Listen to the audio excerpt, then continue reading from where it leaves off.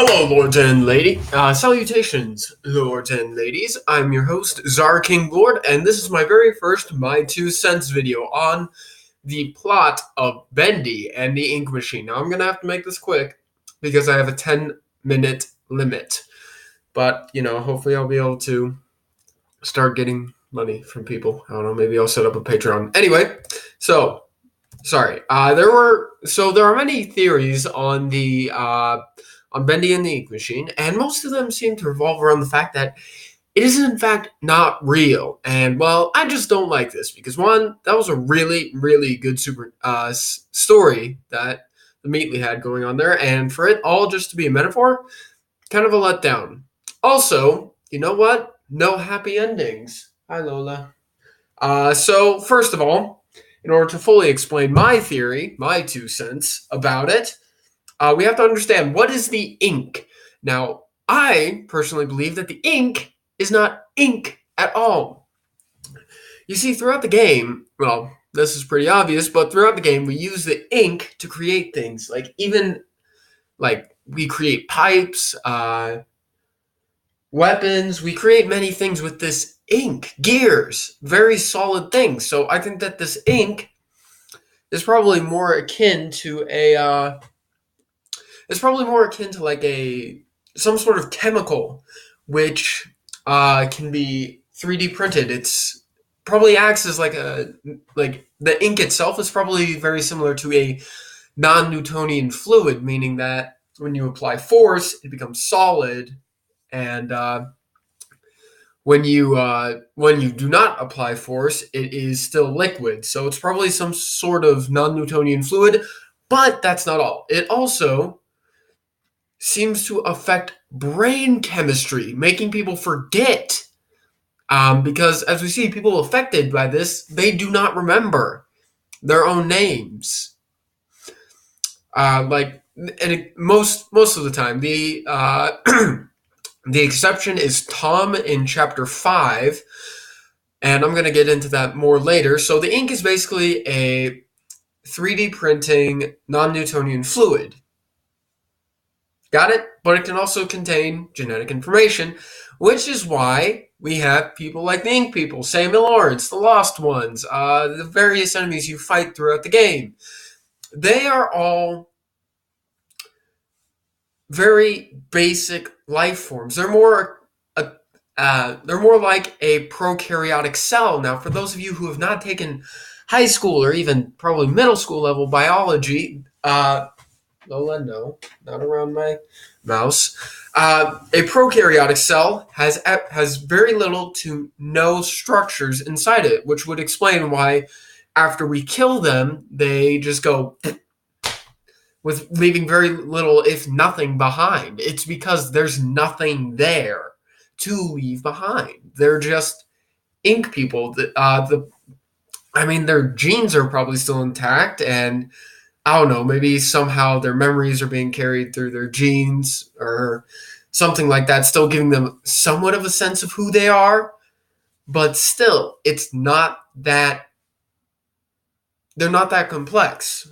So the ink, they're kind of like the lowest tier on the ink evolution tree, just a step above inanimate objects.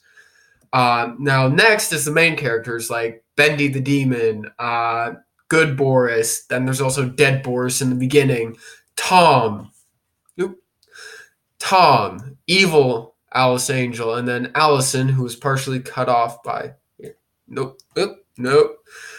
who is partially cut off. So basically, these people are a step above. They're more like a eukaryotic cell, since we know that they have things like ribs. If you remember, in the beginning, where we saw very first chapter, unless they took this out, we saw Boris with his ribs kind of going out like that. So, and then also Tom here seems to be a very special guy because he seems to retain more of his memory. So maybe he hasn't died and been affected with the ink as much, or I don't know, maybe he's just genetically special. But again, moving on, Henry. This is where the good stuff comes in. Now, I think Henry is the ink god to Bendy's ink demon. Now, what I mean by this is that Henry is not really comprehensible to the other ink beings. For example, in chapter 5, Allison, Angel, says that we don't know what you are. Now, this is weird. She and Tom used to be people for the majority of their lives, and I am and I'm pretty darn sure that at least Tom would remember what a human is, considering that he remembers his own name, that hence he remembers some of his past. So I think Henry is even more so, is much more than what they can comprehend. Just like if God came down from the heavens and stood in front of us, we wouldn't know what he is. It'd be beyond our comprehension. So for using the same reasoning, he is the ink god. And then this also makes sense because because Joey Drew says in the little flashback at the very end that he was kind of the super ego, the good side to him. And it would make sense that he is the ink god because he being the good side to Joey's greed and kind of evil being, total sense. It would kind of make sense that so Joey created this ink demon, the one true son of the ink machine, by the way, which was kind of like a personification of all of his negative traits, his greed, his just all that, just all of his greed and all of his just very pushiness, all of his double-facedness, all of his pride, everything. And Henry was the exact opposite of that, so it makes sense that he was the ink god. Because he's the opposite of all those, therefore he must be something good, and since he's not anything, and since there are no other spots, and since he created, basically, Joey Drew's studios, because remember, he was the main animator, and without him, it never would have even gotten off the ground to be destroyed by Bendy Land. Sorry, it's just my cat. She's just walking around by my feet. She's my second kitty. Here, say hello. Alrighty. Anyway, and then it all comes back down to Joey Drew. Now, this is an image of him when we see him in the final part of the game, and this is his telegram that he sends to us at the beginning of the first chapter, unless that has changed. So I think that Joey Drew hasn't changed at all. That he's still, in fact, that he's just become more and more bitter and Scrooge-ish than before. And that would be my pop getting back. I think that Joey Drew is still just as evil as he was. Now, to finally finish up, here's the true plot. The true plot is a revenge story. Joey Drew's revenge on those he felt wronged him, including Henry. The reason we see names on the coffins are because those are the people who died before they could be affected by the wrath of Joey.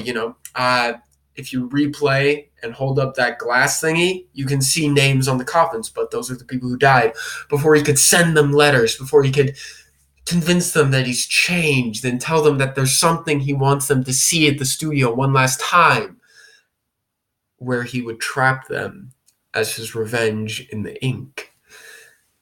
The ink people are random employees and people who trespassed, whether it was because it was abandoned and they were being rebellious or whatever, or because they were looking to see if there was anything to scrap for the war effort in the 30 years that it was closed. Because, again, in the flashback, this probably seems to be, like, I would say, 50s, 60s apartment decoration. But anyway, so these are just poor people who got trapped there, and if it was truly abandoned, then it would have been scrapped. So that's my reasoning. I'm sorry that I couldn't explain it more in depth. If you want more reasoning, please just tell me, and I will.